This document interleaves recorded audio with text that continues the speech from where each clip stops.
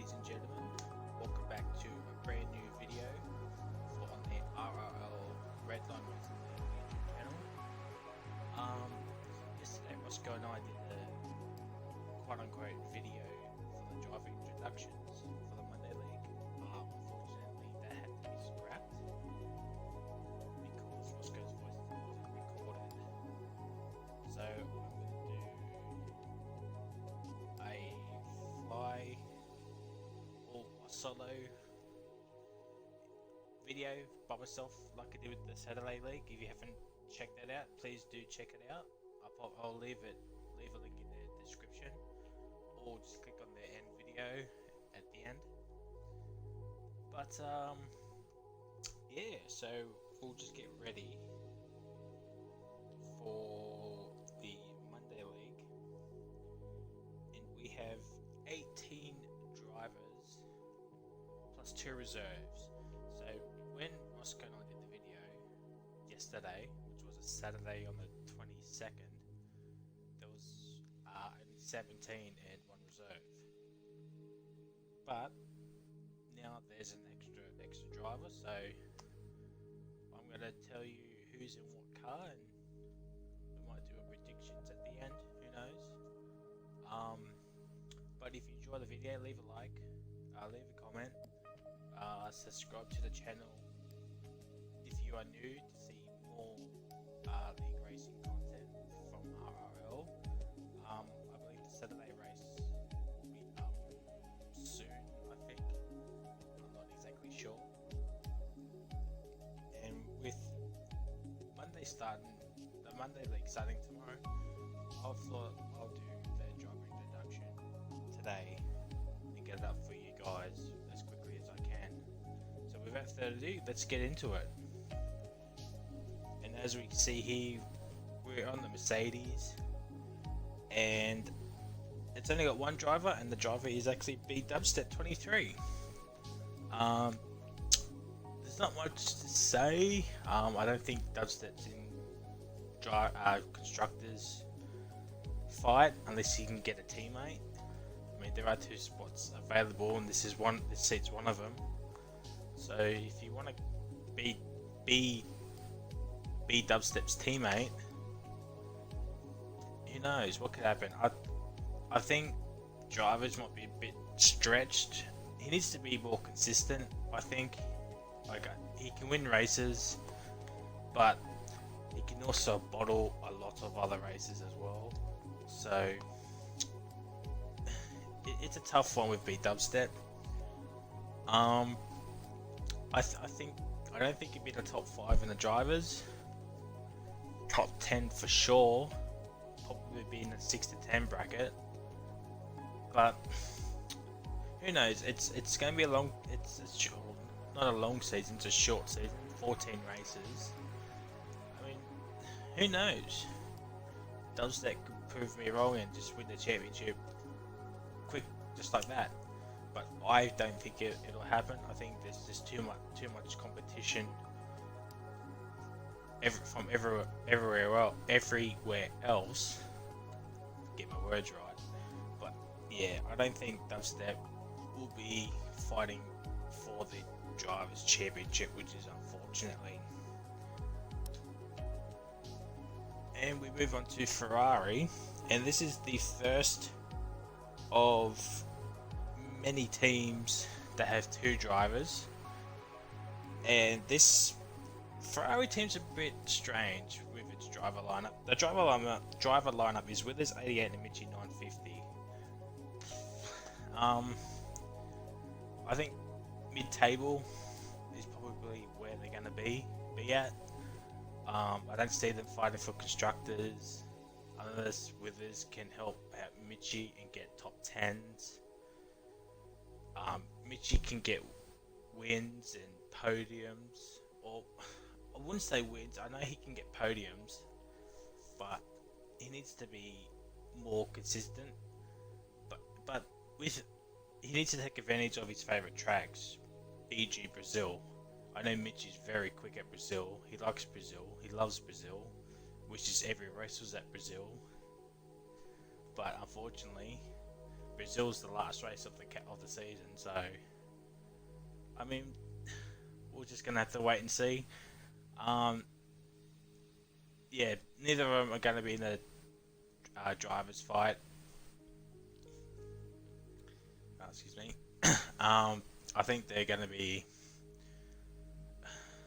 probably from the 6 to 17 bracket. Yeah, it's gonna be tough for the Ferrari boys, I think. Yeah, yeah. I do believe, yeah, mid-table.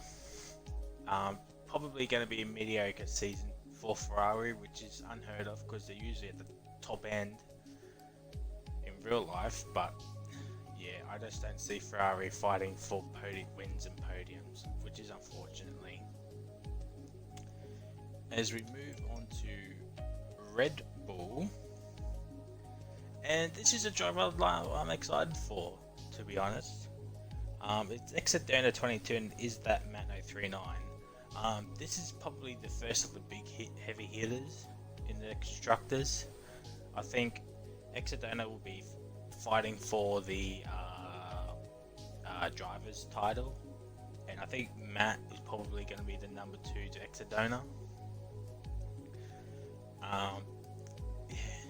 It's going to be interesting to see how Red Bull goes, because Matt does have a few internet issues, so it's going to be, if he can get his internet stabilized, I think he's in within a shout of some decent races. I think he can have a podium here and there. He's fairly quick. We all know what Exodona's like. He is quick. He can be consistent on his day. Like Mitch, he has his tracks as well. But there's going to be a lot of competition, and we're going to move on to that competition in the form of Renault. And I think this is the team to beat. I was with Roscoe yesterday, and we both agreed that Renault is the team to beat. Renault has BRL Jared and Benny F1, both of which are going to be in a driver's fight.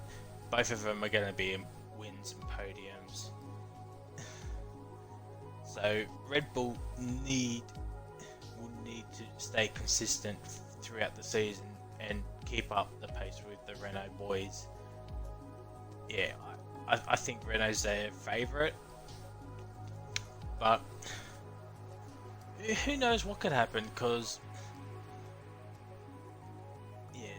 yeah, a lot of races can be determined by weather, by safety cars, by strategy, and if these two aren't on the ball, other teams like the Red Bull will pick up the scraps. So that's Renault done. As we move on to Haas, and Haas is being driven by the legendary Conrad Strait, Steve Bingham, and me, Wadey X048. I know a little bit Conrad because I used to race with him in another league. So he's the master of the strategy, really. He starts on bonkers strategies and makes them work. Me, Wadey, I don't know much about. I've only done one race with him, and that was for the Saturday League for RRL. Yeah, I don't know. I don't know with Haas. I think they're going to be the mid-table, maybe. I think they'll be in the 6 to 10 bracket. Same with Ferrari. But yeah, I don't know about Haas. They're sort of like the unknown, really. Like, no one knows much about them. So maybe there could be a dark horse. I don't think they'll be in a driver's fight, either of them, unfortunately. Although Conrad did get a podium in the social race, so I mean, I know it's just a social race, but you can never know. And he took advantage of the situation and got himself in the P2. So who knows if Conrad can do the same thing in the actual season? He might nab a podium somewhere. As we move on to McLaren, and this is a returning driver lineup from another league that's no longer with us, and it's Formula Fish 15 and Tiny Scotto. Now, this is a team that personifies mid-table. I don't see them challenging for wins or podiums. They might get a top 5 somehow. I think if they're on the right tyre at the end and there's a late safety car to bunch up the field and no one else pits, weather could play a factor with them. But I don't see them getting many top 5s. I think they're in the 6 to 10, the bottom end of the points. And yeah, with the drivers, yeah, I don't see them, either of them, in the top 10. It's going to be difficult because there's going to be a lot of drivers that are going to miss out on the top 10 that should be in the top 10. I think these two might be like example number 1. So who knows what could happen with the McLaren boys. As we move on to Racing Point, and this is a very mixed feelings of a driver lineup. It's RBHR Edge and Owens 1503. I mean, Ed. We all know Edge is the number 2 driver in this driver lineup because Owens is just that quicker than him. It's going to be interesting to see how these two will work. So yeah, I think they'll be in the. I don't know if they'll be top 5. I think they'll be fighting the likes of the McLarens, the Ferrari, maybe the Haas as well. I don't see them as a top 3 team, even a top 4 team. So, because I think Renault Red Bull are probably the top 2 at the moment, as there's a few more cars we got to get through. But yeah, I don't think the top 4 material. It's gonna be interesting. It's gonna be an interesting season, considering it is the first season of RRL on the Monday League. So yeah, we'll just have to wait and see. As we move on to Alpha, and this is a driver lineup that's probably the 3rd best on the grid, with Risley and I'm Death Bro. Now Risley is these two are quick drivers. Risley did give Jared a run for his money in a couple of races in another league that's no longer with us. And I remember commentating a race at Japan, and Risley was leading by a country mile, and I think he had got caught up with an incident with someone, and it really hampered his race, and Jared went on to win that.